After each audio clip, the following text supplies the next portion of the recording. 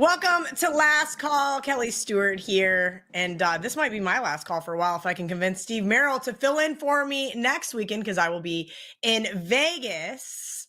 We've got Art DiCesare, who's also in Vegas right now. And of course, VR, that's what his name is. Vegas runner. Teddy Covers and Tokyo Brandon for today's lineup. You guys have a question for any one of those gentlemen, please drop it in the chat.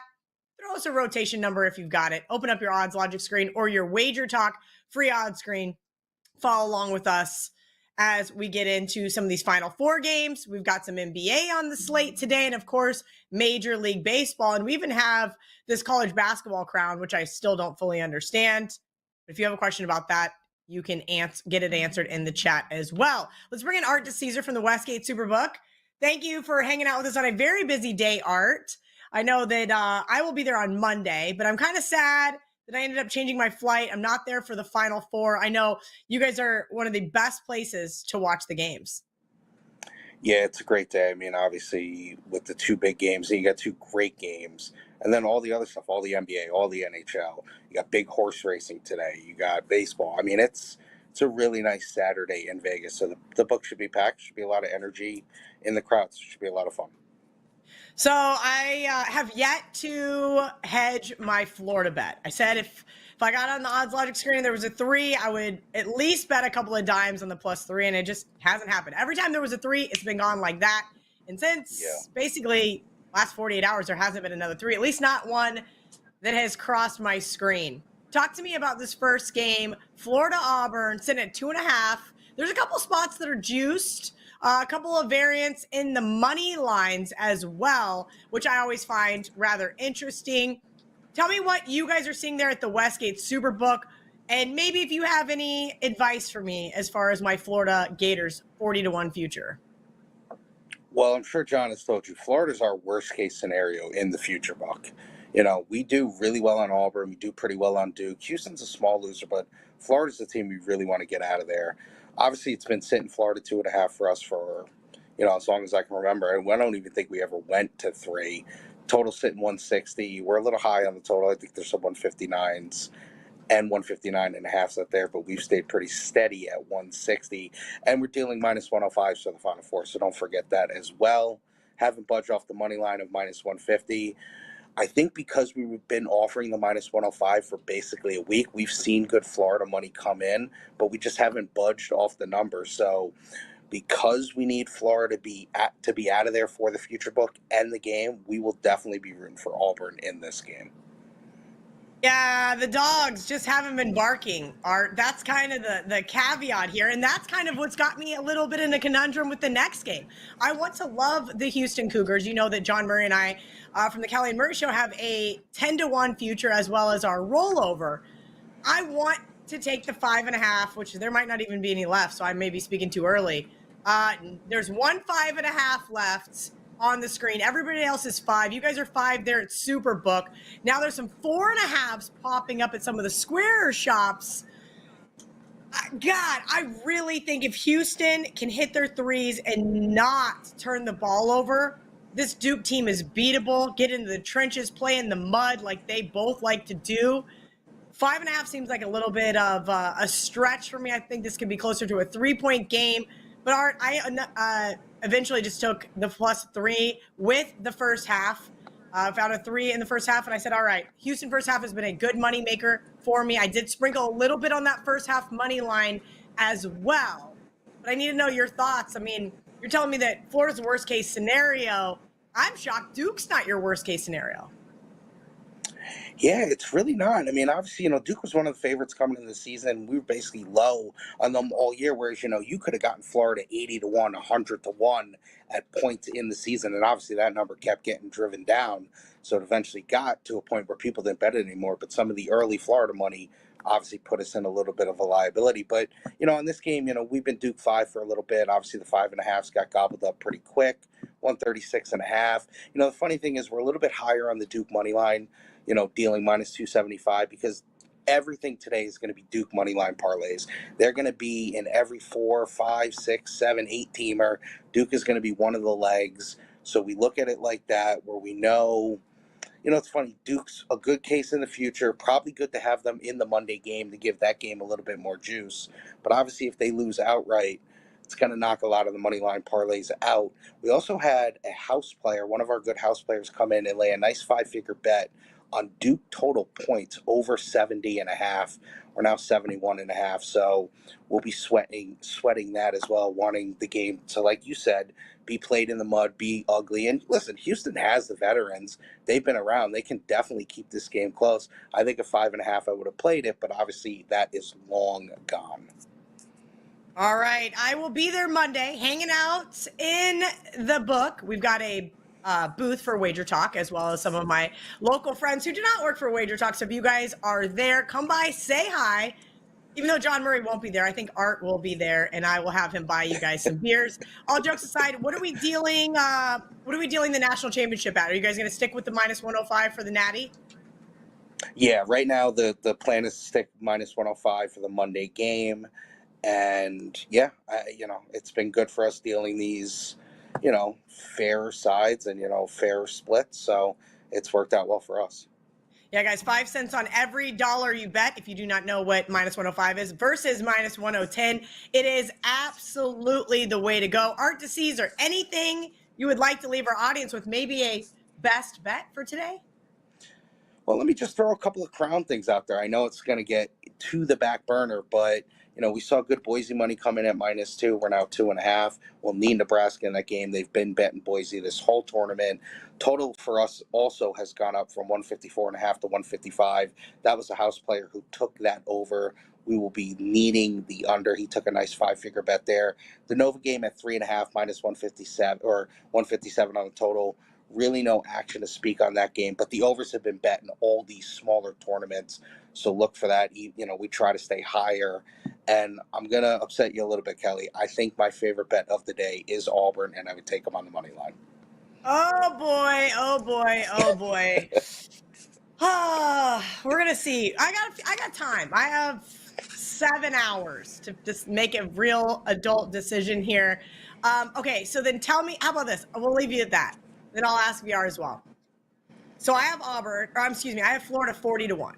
I'm not going to probably find a 3 on Auburn like I was hoping to.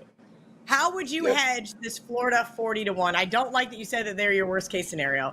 And I really do think if Duke does win, and especially in convincing fashion, Florida will be a 3.5, 4-point underdog on Monday. That's not a great hedge scenario either. But I will be really, really, really mad at myself if Florida just wins this game single-handedly, no sweat, and I took 2.5 with Auburn or Auburn money line, and now kind of got rid of some of my equity in my futures ticket.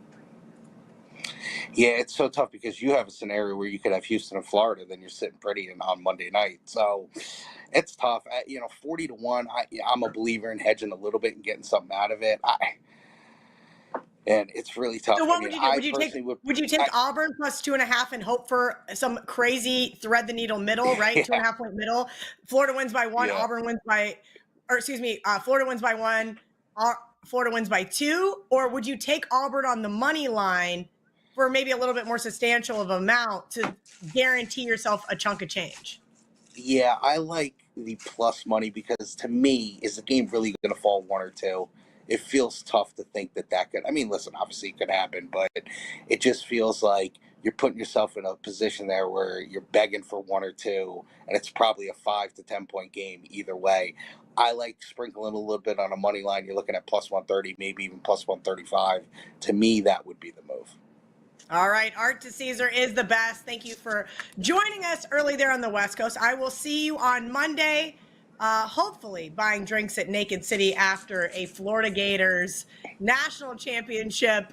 Let's bring in Vegas runner, Gianni Corrales, Greek gambler. You guys know him, the man of many names. I'm going to try. Actually, I need to follow up to see if we're going to be able to play some blackjack.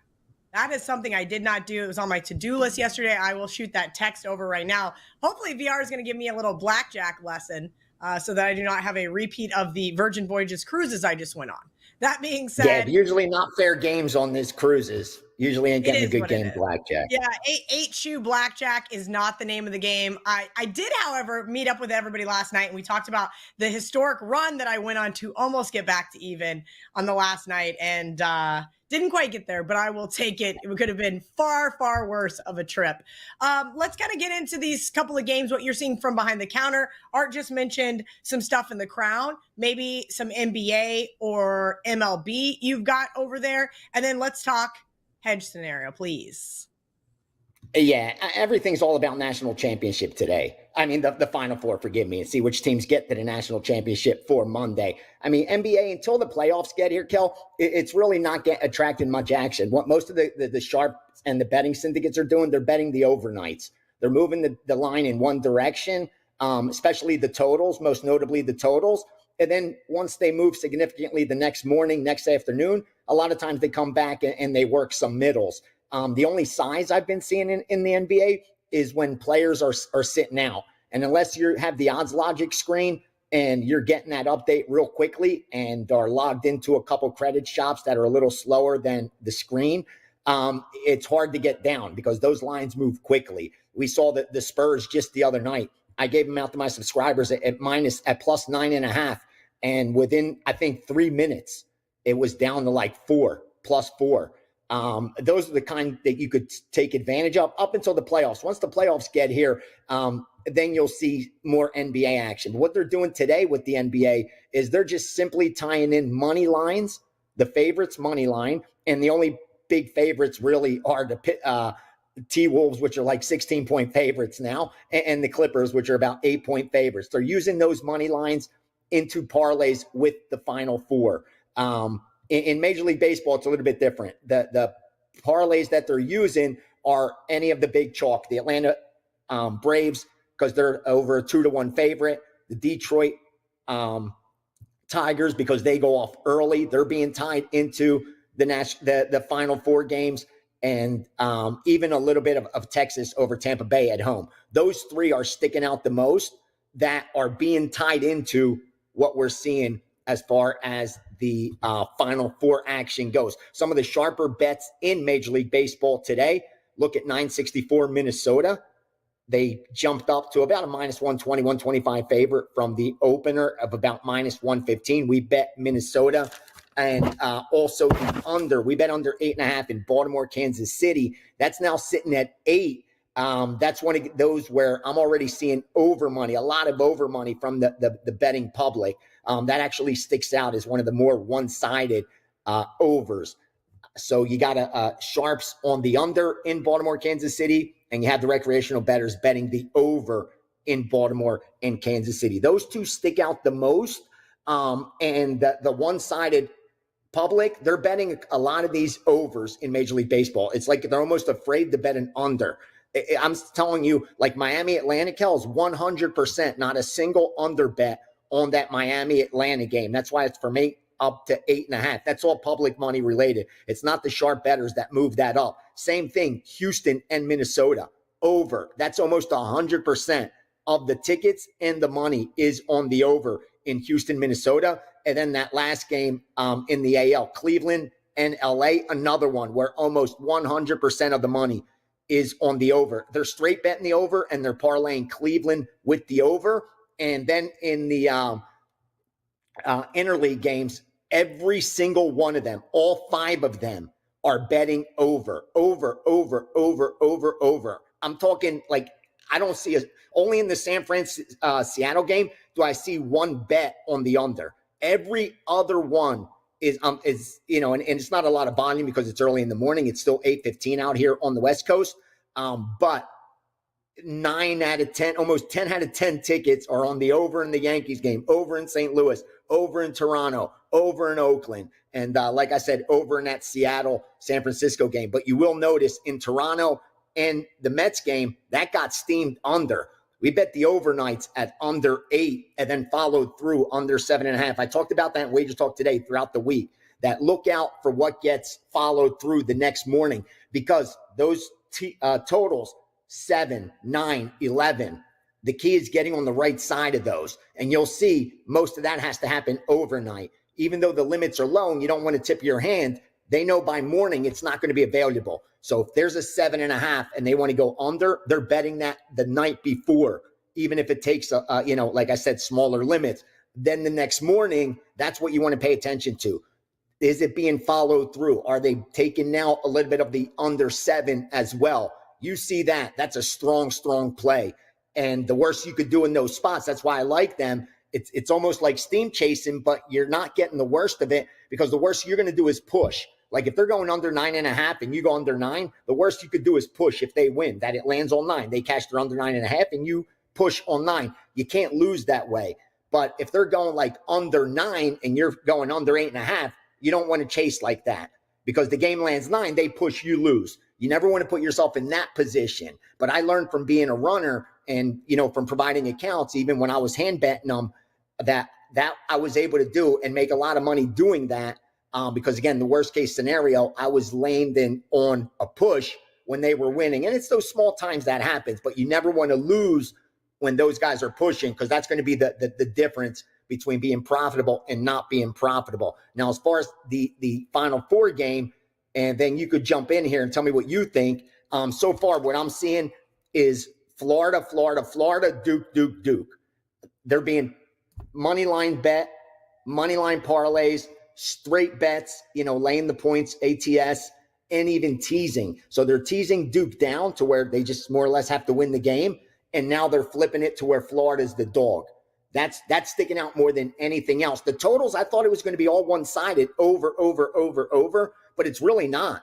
And that's why I don't think you're seeing too much movement in the totals. And unless any of the betting syndicates get involved, we're probably not going to see any big moves today, because these lines are so tight. We talk about it all the time when the NFL playoffs get here, then when the Super Bowl gets here, that, more times than not, unless they're attacking a total, the sides they usually leave alone and attack the props instead, because that late in the season, they're really tight. Like, it's hard to find an inefficient number unless there's a lot of bias involved. Like, there's a narrative on the matchup and there's bias involved, and the books are forced to shade the line. Like if a number 7 squeezed in here, a number 6 squeezed in here, number 5, then I think there would be some biases. But because you have 4 number 1s and 4 of the best number 1s we've seen in a very long time, you're getting not sharp money bet on the sides. That's why you haven't seen any movement on the side. What I can tell you is a group that I work with, they want Auburn +3. If I could find Auburn, get a 3 on Auburn, they'll take it. They just don't want to lay vig to get that 3, but they want Auburn at 3. And they also bet the under in the Florida game, and they bet the under in the Duke Houston game, but at the opener at like 162.5, 161.5. So they did attack the totals a little bit, but so far not the sides, except, like I said, if they could get Auburn at +3. And finally, my adjustments as far as power rating goes, that I trust somebody that's really good with these, and he only bets college basketball. And going into the March Madness, into the tournament, he had Florida as the second best offense, Auburn as the first best offense, and he had Florida 8th and Auburn 10th. After the tournament, now going into the Final Four, he's adjusted, where Florida he now has as the number 1 offense, Auburn number 2, but he downgraded Florida's defense. So now he has Florida's defense at 10th, and he upgraded Auburn's defense from where they were barely a top 10 team. Now he's got them at number 5. So Auburn defense a lot better as the tournament progressed. In the Houston-Duke game, Houston's offense has improved, which is good, because they were barely a top 10 offense. Out of the 4 teams remaining, they were the weakest offensively. But he upgraded them to where they're now like a 7th. They're sitting at 7th, and number 1 defense. They were number 2 coming into the tournament. Now they're number 1. No questions asked. This is the best defense remaining. Duke, they're the most balanced. They were the most balanced coming in. They were the only team that was top 5 offense, top 5 defense. And defense stayed the same. No adjustment there. A slight adjustment towards the improvement side on the Duke offense. So what I'm getting at is you're looking at 4 very, very close teams as far as on paper. Obviously, Duke's the most balanced, but they're facing a number 1 defense. And if Houston could slow that team down and make their shots, I think 5 looks like a little bit too high for me. And on the flip side, Auburn and Florida as well. I think Auburn is live as a live dog there. I'm a little bit biased. I will tell you that because I do have futures on Auburn. I do have futures on Houston. I have no intentions to hedge any of these because I actually lean those way unless the guys that I respect or any of the groups I move for came in opposite. I wasn't going to hedge these bets. Like if they came in on Duke, if they came in on Florida, then I have to reassess my position. But right now, not seeing sharp money lining up against me, I'm not hedging a single penny. My subscribers know we have 22 units pending on Auburn, 15 units pending on Houston. At least one of these teams, I think, has the ability to get to the national championship. I would love them both to get there, but I don't think we get both favorites today. Like I said, these are four very, very, very comparable teams. And to see both favorites get there, I'd be more surprised than actually seeing both dogs get there. VR, that's, I guess, where I'm sitting. Like, I feel like I'm in a really good position and I don't want to hedge. I know a lot of what I would say people that I would respect, people that you could call sharp, liked Auburn. Some people got 3. I did not get 3. I think it's sitting at 2.5. Do you think I try to go for that 2.5 point middle? Or is that just asking for everything to go your way? Honestly, I would wait and see if you get 3 closer to tip-off because the public hasn't spoken. Remember, 2 things are going to move money other than injuries, suspensions, weather, stuff that we have no control over. It's a sharp account betting it, a respected bettor that gets CLV. They're going to move on that to stop others from doing it as well, or a lot of money. Like when they have a ton of risk, rarely they're books that are going to take a position because when you're getting 11 to 10, you could take some risk. And even if you're wrong, you don't have to be right even 50% of the time to turn a profit. They have that built-in edge, but they're going to tend to move their line to limit their risk, their liability, especially if it's one-sided. Like if they're getting 8 out of 10 tickets and 80% of the money coming in on Florida, even if it's not sharp, they're not going to want to have all that risk on the outcome of one game. They're going to try to attract some Auburn money. And the public hasn't spoken yet. Like I said, that we're now 5-6 hours away from that Florida-Auburn game. They're going to be betting some of these early Major League Baseball games, see how they're doing. Then they're going to start attacking the college basketball Final Four.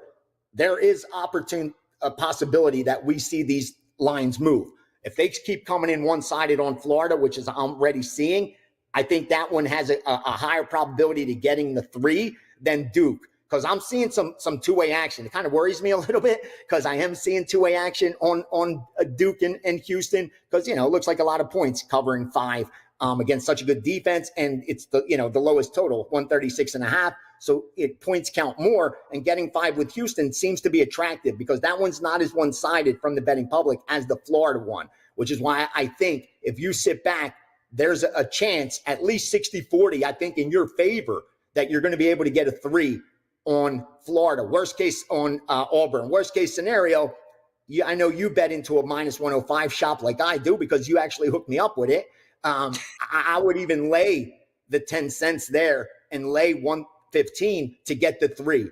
Again, it's a high total, 160, so it's not as good as if this was the 136.5 total. Then I'd say it's automatic. It don't matter if you're laying 115. Take the 3 on Auburn. Hope it lands somewhere in the middle. Again, is it probable they're going to win by 1 or 2? Probably not. But it's not a bad bet, and you have so much equity you can do that. Like if you had a little bit of equity, I'd say, you know what? You're probably better off taking Auburn money line and trying to make money that way. But I would be a little bit greedy here. I would sit back and see if I could get a 3 because I do see in 2 shops that I respect, they're already charging -115 at 2.5. So it tells you they don't want to go to 3 because, like I said, they already know there's guys out there waiting to grab that 3 because anytime a book went to 3, they took it. Early in the week, even on the strip, Caesars was 3, it got picked off.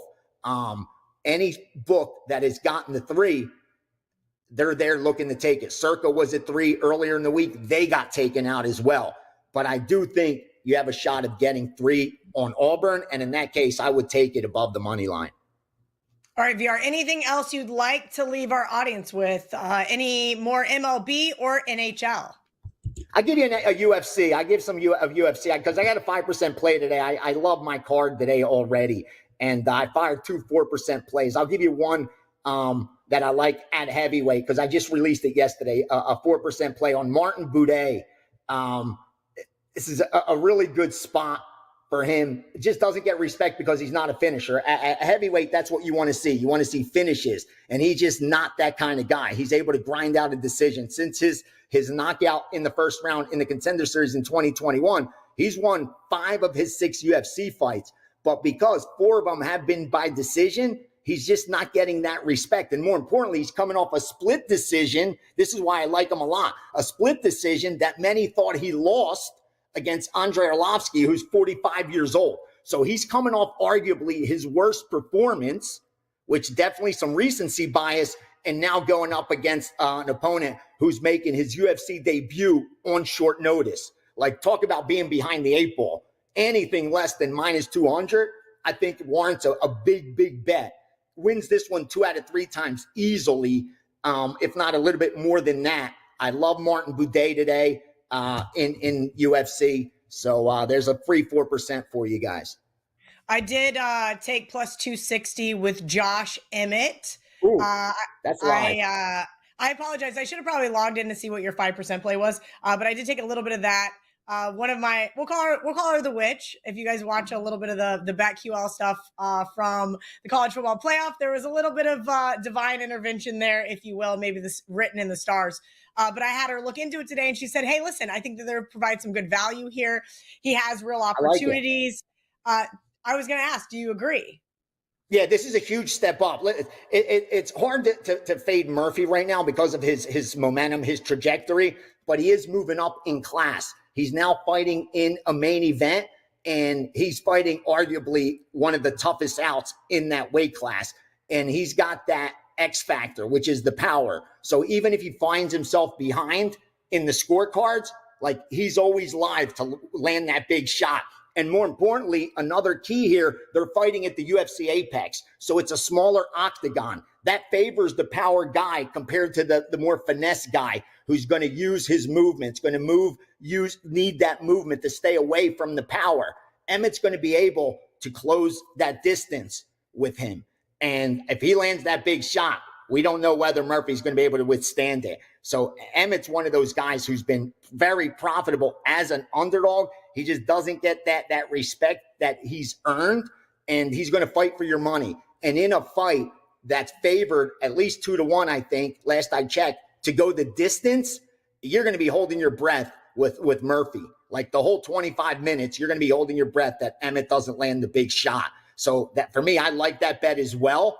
I will be on it also. So, yeah, I hope you're right there. I think there's a lot of value on the Emmett side. And you can't bet the Murphy side now because he opened -220.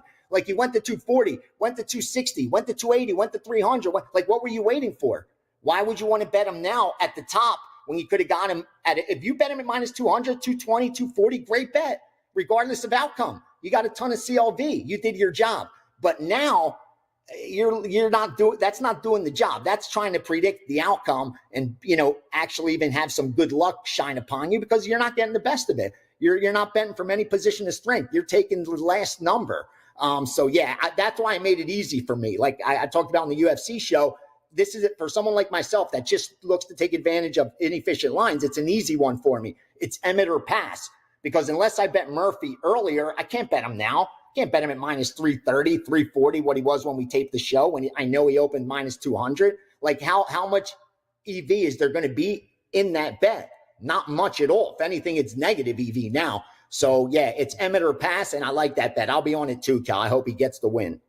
Awesome stuff from VR. WT.buzz/VR if you are looking for that 5% UFC play for today. Let's bring in Teddy Covers, who's been crushing not only NBA, but also MLB. 16-5 over the last 21 games. That's plus 32 units. 6-1 this week in MLB. And I tailed you last night, Teddy.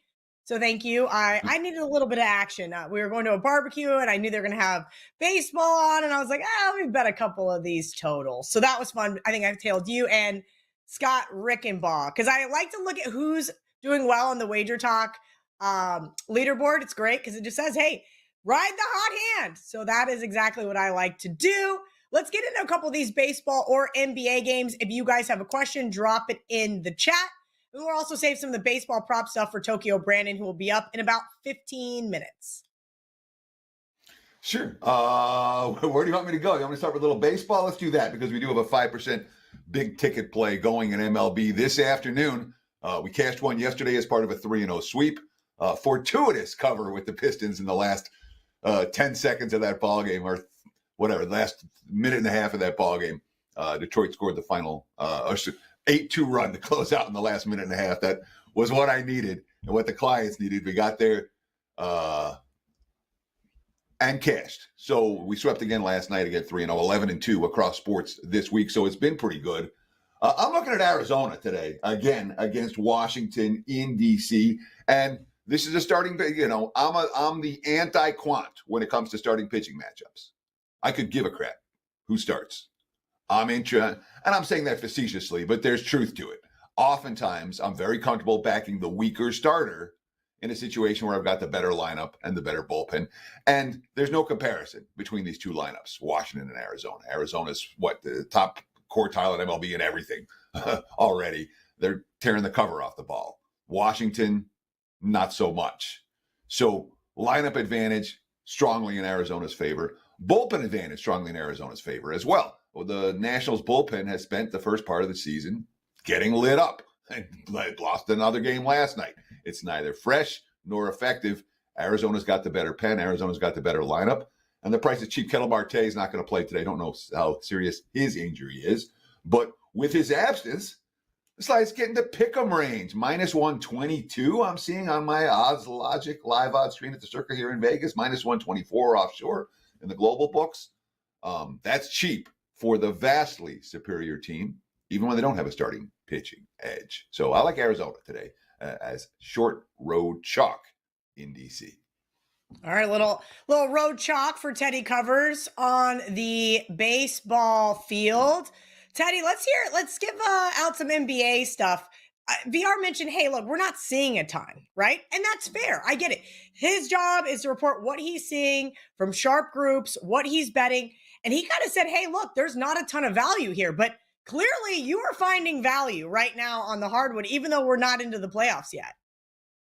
I love late season NBA because of exactly what VR was talking about. Nobody bets this stuff. All right. Once the NCAA tournament starts in the middle of March, NBA handle goes down, NBA volume goes down, the line moves aren't there, and the close attention to current form isn't there in the markets. And to me, that's an opportunity. It feels like year in, year out. I want to go back and look, but it feels like year in, year out from the beginning of March Madness through the end of the regular season. This has been one of my best times in the NBA, and it's been that way again this year. Again, 16-5 with the last 21 over the last, I think it's close to 3 weeks now. For today's card, the one game that I passed a priori, Minnesota Philly. I have no idea the Philly playing hard and there's no talent. So I don't know if Minnesota's going to win that by 16 and a half. That to me was a little bit much. I'm involved for the clients on Memphis, Detroit. It's a very obvious play, in my opinion. If you want it, visit my page. But I think you can figure out what the play is for this one. Detroit clinched their playoff spot last night, first playoff spot since 2019. So that's a client play for me today. So let's talk about the rest of it. Knicks and the Hawks. Tempted by Atlanta. My first lean here was Atlanta. Plus, I think the spot is right. They're coming off a hard-fought loss.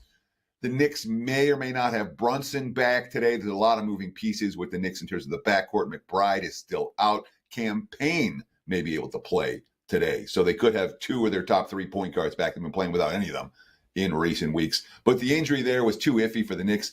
If Brunson comes back, I'm more inclined to take Atlanta. I love fading a team in the first game where the star comes back. The Knicks are playing the first of back-to-backs. They have a second tomorrow. I think it's more likely Brunson suits up in Phoenix. So my lean there is Atlanta at 3.5. I'm not pulling the trigger on that one. Milwaukee, Miami. Certainly Miami's playing good basketball right now. Consistently good basketball. That being said, I don't know that they're better than the Bucks. I don't know that Milwaukee's owned them this season.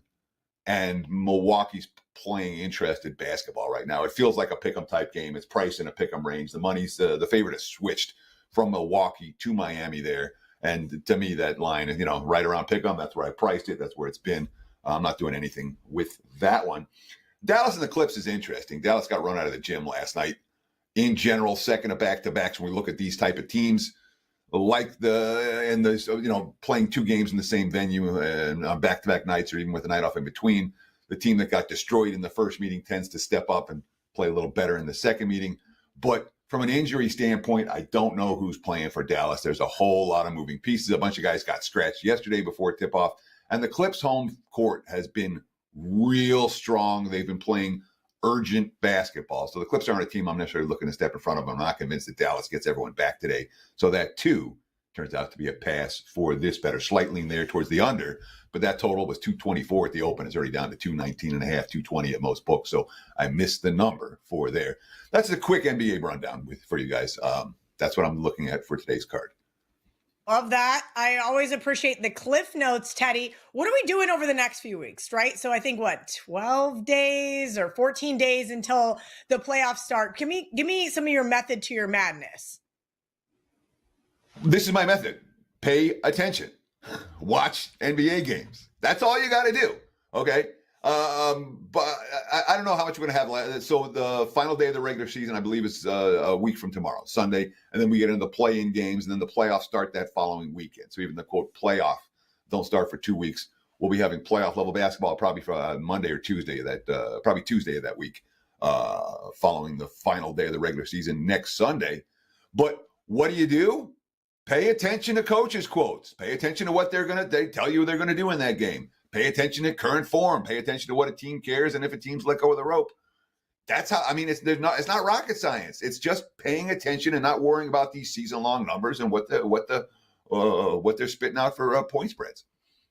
Current form means everything. And the last week of the NBA season, or 10 days of the NBA season, current form is every bit as important as it was 2 months ago or 4 months ago, or it's going to be a month from now. So that's my 2 cents on beating the NBA down the stretch. Just ignore the superfluous crap. Seeding is never a motivator. Once a team goes, never a motivator. That's one thing that's that's stood out to me over the years. Maybe a top 6 seed you don't have to play in the play-in game is a motivator. But if a team's 5 and they want to move up to 3, and lay an extra price, no, I never do that in the NBA, and it's worked well for me over the years. All right, guys, I don't see any more questions in the chat.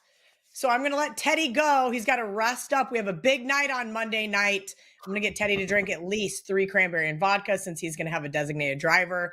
And all jokes aside, Teddy, I can't wait to see you at the Westgate Superbook. Guys, again, if you're in town, if you live there, you want to come hang out with us, lots of personalities from WagerTalk as well as some of my local friends will be there. Teddy covers anything you'd like to leave our audience with. Look, guys, we appreciate you so much. And if you could appreciate us, just give us a quick like. Boom, problem solved. Of course, visit my page, wt.buzz/TC. We do have a 5% big ticket. National TV action in MLB this afternoon. Dodgers, Phillies. It's the game that absolutely jumped off the page at me. And we're running real good right now. 11-2 all sports this week. 6-1 MLB run and primed to cash again tonight. So check out the page. Thanks for watching and good luck with all your bets on Saturday. Cheers. Thank you for the reminder, Teddy. So Johnny Detroit does not text me. If you guys could please like and subscribe. We are almost at 200,000 subscribers. I think we need like 80 more. Just hit that subscribe button so you never miss another moment of Wager Talk TV. Tokyo Brandon in here. Just got him logged in and ready to go. He's got 3 baseball games he's going to go over for you guys. I'm just going to kind of let him do the VR thing where he just rattles them off because, until Ariel Epstein gets here, you're not going to have a host that knows anything about baseball. TB3 right now gets you 3 days, all access of Tokyo Brandon's MLB plays for just $39. Brandon, all right, we do have a baseball question. Let's get into some of your games first, because I think one of these, well, you know what? You do have Yankees Padres on the list, or Pirates, excuse me, Yankees versus the Pirates. And that is who Jessica wants to know. Do you like the Yankees minus 1.5? So what's up, Kelly? Nice to see you. Last time you're hosting, I guess. So Enjoy your time in Vegas It's as better well. for everybody, Brandon. Wouldn't you rather have a host that knows the sport that they're supposed to tee people up with? Maybe a starting pitcher, maybe a couple of outfielders. Errol Epstein's going to do a great job, I promise. I like you, but I like Ariel as well. I met her at our meet and greet the last time we had one in Vegas, and she's awesome. So you're both awesome. So Yankees and Pirates. This is a -1.5 is dicey. I really hate -1.5 run lines in Major League Baseball because there's nothing worse than being on the right side and still losing your bet. Winning by 1 and having the right team and still losing. So I like to do -1s in this case. And in this case, you can shave off about 30 to 35 cents off of a run line or a money line. So in this case, a -1 is around -125 to -130.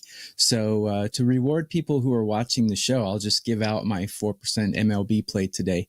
I was number 1 in profit in MLB in 2024. Plus 150 units in 2024. So MLB is kind of my forte.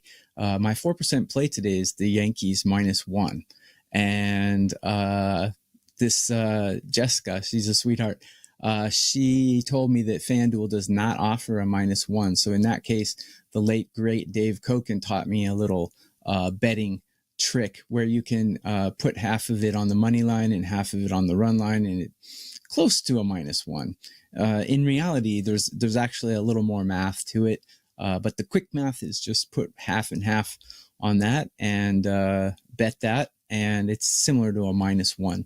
Stroman is not a good pitcher, but look, it's kind of like what Teddy said earlier. If you have the worse starter, but the better bullpen and the better lineup, it's usually a decent bet. And these Yankees are just crushing it right now. Falter, not a great pitcher. Pirates, one of the worst bullpens in all of Major League Baseball. So, and actually one of the worst lineups in Major League Baseball at the moment. They have a few good names on their roster, but they're just, their run production is really putrid right now. So I like the Yankees here. I'm going to take a -1. The good thing about a -1 is if your team wins, you don't lose your money. It's kind of like Pai Gow poker. All right. Yes, we did see that the other night with the Dodgers. The Dodgers, everybody bet them on the run line. They end up winning the game by 1. Speaking of those Dodgers, looking at the odds logic screen, they look a little cheap today versus the Phillies, which usually has my spidey senses going off going, what am I missing here? Well, you're missing the fact that Sasaki is starting for the Dodgers and Aaron Nola is starting for the Phillies. Aaron Nola is a good pitcher, but I think his name is bigger than his ability.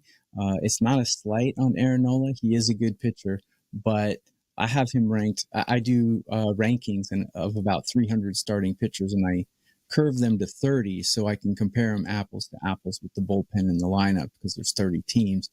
I have him ranked 16 out of 30. So he's a good pitcher, though. And if you look at his numbers against these Dodgers, amazing numbers. I mean, he has them to a sub 200 batting average and about a 566 OPS, if I'm correct. So OPS is a measurement that tells you how often people are getting on base and how well they're hitting off you. 700 is about the Mendoza line for OPS, and he's held them to a 566. And that's in 200 at-bats. So he pretty much dominates this Dodger lineup, which is the reason the line is what it is. You're not going to see very many -110 Dodger lines, but this one is actually justified. Sasaki in his first start, he walked in 2 runs in the first inning, and he got pulled in the second inning. He had a horrible outing. I expect him to bounce back, though. And given Nola's success against these Dodger batters, I have 2 plays that I would play in this one. And the first one is first 5 innings under 4.5. I think that's a good bet because I think Sasaki's going to bounce back. And I think Nola is not going to get exploded on. So maybe 4 runs, but I doubt there'll be 5 in the first 5 innings. And the other bet I would take is Mookie Betts hits, runs, RBIs over 1.5. And the reason is because he has great numbers against Nola, and hits, runs, RBIs is a better bet than total bases because total bases, if your batter walks, it doesn't count as a base. Whereas hits, runs, RBIs, if your batter walks, he can still get knocked in by the next guy, and it counts for your prop. So those are the two ways I would go in this game. All right, guys, if you have a question for Tokyo Brandon, please drop it in the chat. In the meantime, let's talk about this last game you wanted to showcase, Brandon, the Padres versus the Cubs. Yeah, Padres and Cubs. So this one's interesting because we have two really good lineups, and we have Matthew Boyd going for the Cubs. And Matthew Boyd played for Detroit for a long time. Pretty good pitcher, actually. But the one thing he doesn't do is he doesn't really go very deep into games, which was shown in his first start. He only went 5 innings. Last season, at the beginning of the season, he didn't really go long. So I'm kind of looking, the Padres have been crushing it. I have them ranked number 9 in all of MLB for batting. I mean, Merrill, great hitter. Machado, they got really good hitters. Tatis leading off for them. Matthew Boyd's outs recorded prop is 17.5. And for those of you who are not familiar with the math of the outs recorded prop, basically you take the number that they're giving you and divide it by 3. So 18 divided by 3 is 6. So 17.5 means he has to finish 6 innings to get the over on that prop. I don't see Boyd going 6 innings in this game. He's usually at the beginning of the season, they take him out after 5. He kind of labors through his innings. He's one of those guys who throws 92 pitches in 5 innings. So I don't see him finishing 6 innings against this power-packed Padres lineup. So that's another bet I would do, is taking Matthew Boyd under the 17.5 outs recorded. All righty. Looking for questions. We've got one from Razzle Dazzle Crypto. Isn't the over in the Tigers White Sox a given? Brandon, part of the reason why I've given up on baseball is because my White Sox are just an absolute and utterly dreadful team. So much so that I can't even claim that I've been a fan of them since I was a child. But yeah, Razzle Dazzle, just somebody who knows nothing about this White Sox team other than they're not any good already. I would be looking towards the over as well. They haven't been any good for a while. Batting, they're in the lower 1/3. Bullpen, they're right at the Mendoza line. So they're actually a little better than most people give them credit for. A lot of people think they're the worst team in Major League Baseball. I disagree with that. I think the Colorado Rockies are worse than the White Sox because they have a worse bullpen, and they're not my other team growing up as a child. But I have the worst. Colorado. See, and herein lies a KIV. Why don't you bet baseball? Why don't you like baseball? Well, because my teams suck. Maybe you like purple. You like Kansas State, Colorado. Those guys. Yeah, I think it was because the Denver Broncos, right? Like the Denver Broncos proximity. My brother-in-law took me to the inaugural season in '93, so it kind of like shifted from White Sox to them, and then they, won a World Series. Well, the White Sox won a World Series, but look, it's been a really long time. The Rockies are awful this year, and their bullpen is the main culprit for their being awful.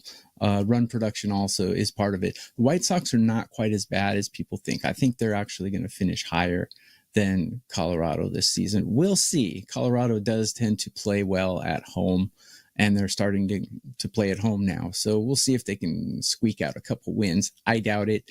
7.5 seems very low for this one. And doing a quick check on the bullpens, actually Detroit's bullpen, I have them ranked number 9 out of 30, and I have the White Sox ranked 15. So we have pretty decent bullpens, and Olsen's not that bad of a pitcher. So it might go over 7.5, but not a lot over, I don't think. I'm not going to bet that. All right, Brandon said no bet for him. Any thoughts about the Brewers? Come on, Titan CT, you got to help me out here. I don't have my Odds Logic screen open, so I don't even know who the heck the Brewers are playing because I have it. Well, now it's open. They're playing the Reds. The Reds. Yeah, they're playing the Reds and Brady Singer. I see this is tough because both teams are not hitting right now, and especially the Reds. I think they got shut out. They're the first team in I don't know, 20 something years to lose 1-0 3 games in a row. So it's not really good for them. But actually looking, both teams rank really low in hitting. Milwaukee has a horrible bullpen. So I think Brady Singer's probably going to do some damage to them today. I don't see them winning this game. But given the fact that the Reds have horrible run production, I don't know. If the Reds break out, I might bet them. But there's no way I would touch Milwaukee with a 10-foot pole today. They're just not looking good. They don't have a good starter. They don't have a good bullpen. So not high on the Brewers today, to say the least. WT.buzz. You can see Brandon's homepage over there. And as I mentioned earlier, guys, right now you can get 3 days, all access of his baseball plays. That includes Asian baseball as well. TB3. Coupon code TB3 gets you all access for just $39. Brandon, anything you'd like to leave our audience with today? Yes. I already gave you my 4% play, the Yankees -1.